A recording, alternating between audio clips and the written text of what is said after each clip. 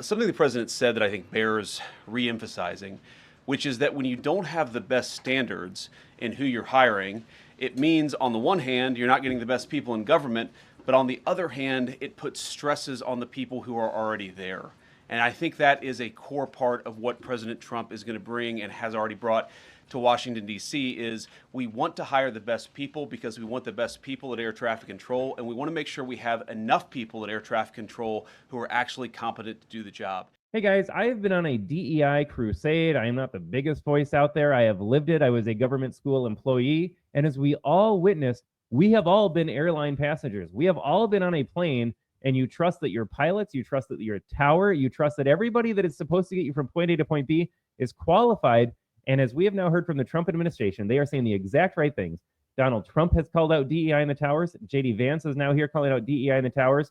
Do we know for certain that DEI got these people killed? No, we do not.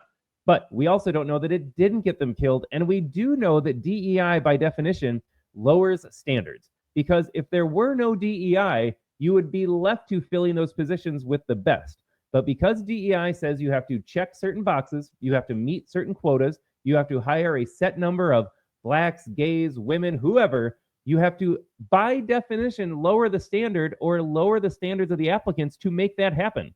That is definitional what DEI is. And so, yes, DEI harms the people it pretends to care about. And I often use the example of a black doctor. If you were a black doctor in the 1970s, people knew you were qualified. They trusted you. If you see a black doctor in 2025 and you don't assume that they're a DEI hire, something is wrong with you.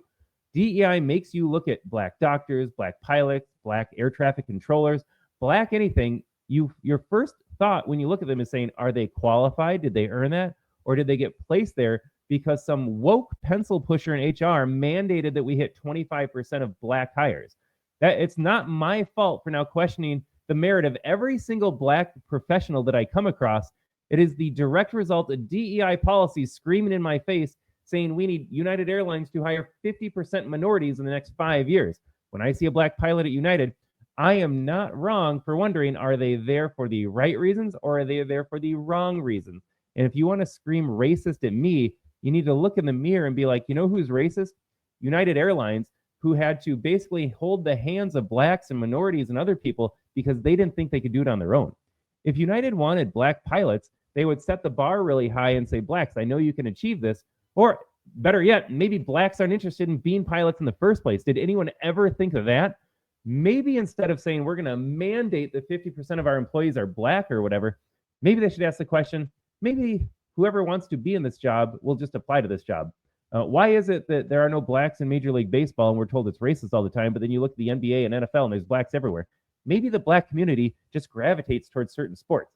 Maybe it's not baseball's problem that there aren't blacks in there. Maybe they just don't like playing baseball, but somehow that gets tied back to white supremacy too. How can we connect to the city? How can we connect to the black community and make sure there's more blacks and representation in baseball? Maybe individuals make choices that they think is best for them, and maybe playing baseball isn't part of that. Maybe flying airplanes isn't part of that. Maybe going to Harvard isn't part of that. But instead, you get DEI policies that say black people are special, and we're going to mandate that 25% get into every single thing, no matter their interest, no matter their skill level. And again, when there are blacks that want to pursue those paths, instead of being recognized, celebrated, they have dignity, they have worth, I'm left over here thinking like, did they earn it? And now I'm looking around and saying, I know you lowered standards, so now DEI is getting people killed, but suddenly I'm the racist. Not anymore, folks. Society is fed up with the DEI narrative. It gets people killed. It is harmful. It is divisive. It dehumanizes the very people it's supposed to benefit. I am so looking forward to more of these conversations. I'm not looking forward to the people getting killed. That's on the leftists. That's on the Dems. That's on the race communists for putting those positions in place, for putting the people in place that will get people killed eventually.